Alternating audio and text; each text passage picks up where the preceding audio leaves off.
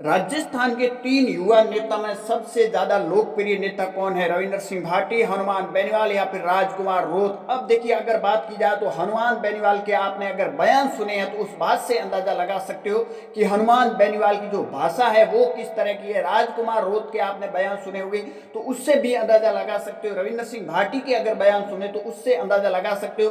परंतु राजस्थान के अंदर पॉपुलरिटी में बात की जाए तो इस बात से भी आप एक अंदाजा लगा सकते हो या नकार नहीं सकते हो कि हनुमान बेनीवाल के जो बयान थे उस बयानों से आप अंदाजा लगा सकते हो कि उन्होंने किस तरह 35 कौम की बात की है, किस तरह ओम बन्ना को लेकर एक उनकी जो पुरानी टिप्पणी है की थी हनुमान बेनीवाल ने, उस बात से आप अंदाजा लगा सकते हो। शायद उसी का कहीं कहीं परिणाम 2024 के उपचुनाव के अंदर हनुमान बेनीवाल को भुगतना पड़ा। और जहां हनुमान बेनीवाल 2008 में 26,000 वोटों से जीतने वाले 2023 और 24 उपचुनाव के अंदर -13,000 पर आ गए। परंतु यहाँ लोकप्रियता की बात की जाए तो आज की स्थिति के अंदर राजस्थान के अंदर बात की जाए तो राजस्थान में रविंद्र सिंह भाटी निर्दलीय चुनाव लड़ते हैं और वो 6 लाख वोट ले आते हैं। हनुमान बेनीवाल गठबंधन करने के बाद में भी है वो 6 लाख वोट नहीं ले आते। परंतु दूसरी और राजकुमार रोत तो वो अपनी पार्टी से चुनाव लड़कर और किस तरह डंका बजा देते हैं। पहले विधायक का चुनाव, लोकसभा का चुनाव, उसके बाद उनकी पार्टी है वो भी चुनाव जीत जाती है। परंतु हनुमान बेनीवाल का अगर ग्रास रूट आप देखोगे तो 2006 से 2024 तक जिस तरह गिरा है उस बात से आप अंदाजा लगा सकते हो कि 35 कौम की बात करते करते करते हनुमान बेनीवाल की ये स्थिति आ गई, -13,000 पर पहुंच गए। और हनुमान बेनीवाल की अगर बात की जाए तो एक रिसेंटली बयान आया था जो हनुमान बेनीवाल चुनाव हारने के बाद में दुर्ग सिंह खींवसर का एक कोई टिप्पणी की थी। उस टिप्पणी पर तो मैं नहीं जाऊंगा, परंतु मैं यहाँ एक बात ऐड करना चाहता हूँ। दुर्ग सिंह ने एक टिप्पणी की वो भी गलत थी, उसको हम कभी राइट नहीं कहते हैं। परंतु हनुमान बेनीवाल ने क्या ओम पन्ना को लेकर जो टिप्पणी की थी वो टिप्पणी क्या सही थी? उस टाइम वो लोग कहाँ खड़े थे या उस टाइम वो लोग क्यों नहीं बोल रहे थे जो आज लोग बोल रहे हैं कि दुर्ग सिंह ने गलत किया?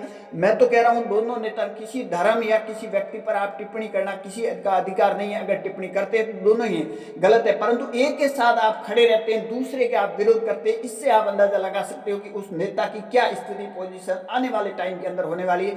अब देखिए, 2023 के चुनाव के परिणाम से पहले हनुमान बेनीवाल ये दावा भर रहे थे कि जो भी राजस्थान का अगला सीएम बनेगा वो हमारे बिना नहीं बनेगा। परंतु स्थिति ये हुई कि अपनी सीट भी मुश्किल से 2000 सीटों से निकाल पाए वोटों से, और 2024 में वो भी जनाधार बिल्कुल राजस्थान के अंदर है वो खत्म हो गया। और खत्म होने के पीछे वजह भी है, वो 35 कौम की बात करते थे, 36 एक कौम को पता नहीं उन्होंने कौन सी कौम को छोड़ दिया, उस बात का आज भी अंदाजा नहीं लगा सकते। किलों को, गढ़ को टारगेट किया। कुल मिलाकर हनुमान बेनीवाल हमेशा एक जाति को टारगेट करते हैं और रविंद्र सिंह भाटी हो या फिर राजकुमार रोत हो, ये 36 कौम की सभी धर्मों की बात करती है। इसीलिए शायद आज राजस्थान के अंदर किसी की लोकप्रियता है इन 3 नेताओं में तो 1 नंबर पर आपको रविंद्र सिंह भाटी दिखाई देंगे, तो 2 नंबर पर आपको राजकुमार रोत ही दिखाई देंगे। हनुमान बेनीवाल से तो शायद नरेश मीणा है, उसकी भी है वो कहीं कहीं लोकप्रियता आगे आज राजस्थान के अंदर दिखाई दे रही है। वोटों की अगर तुलना की जाए, हनुमान बेनीवाल गठबंधन के बिना चुनाव नहीं जीते हैं, परंतु राजकुमार रोत अपनी पार्टी के दम पर चुनाव जीते, रविंद्र सिंह भाटी निर्दलीय चुनाव लड़कर चुनाव जीते। इससे आप अंदाजा लगा सकते हो कि लोकप्रियता आखिर किसकी ज्यादा है, हनुमान बेनीवाल की या फिर रविंद्र सिंह भाटी की? कंपैरिजन तो यहाँ बनता ही नहीं है। अगर पहली बात में पूछा जाए तो यहाँ कोई कंपैरिजन इन नेता के बीच में नहीं बनता है।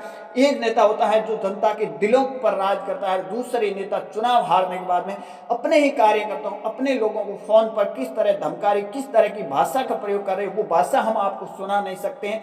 जिस तरह की भाषा प्रयोग कर रहे हैं, जिसके एक वीडियो है वो सोशल मीडिया पर भी जमकर वायरल हो रहे हैं। परंतु लोकप्रियता के अंदर अगर राजस्थान में बात की जाए तो रविंद्र सिंह भाटी की आज की स्थिति के अंदर नंबर 1 पर दिखाई दे रही है।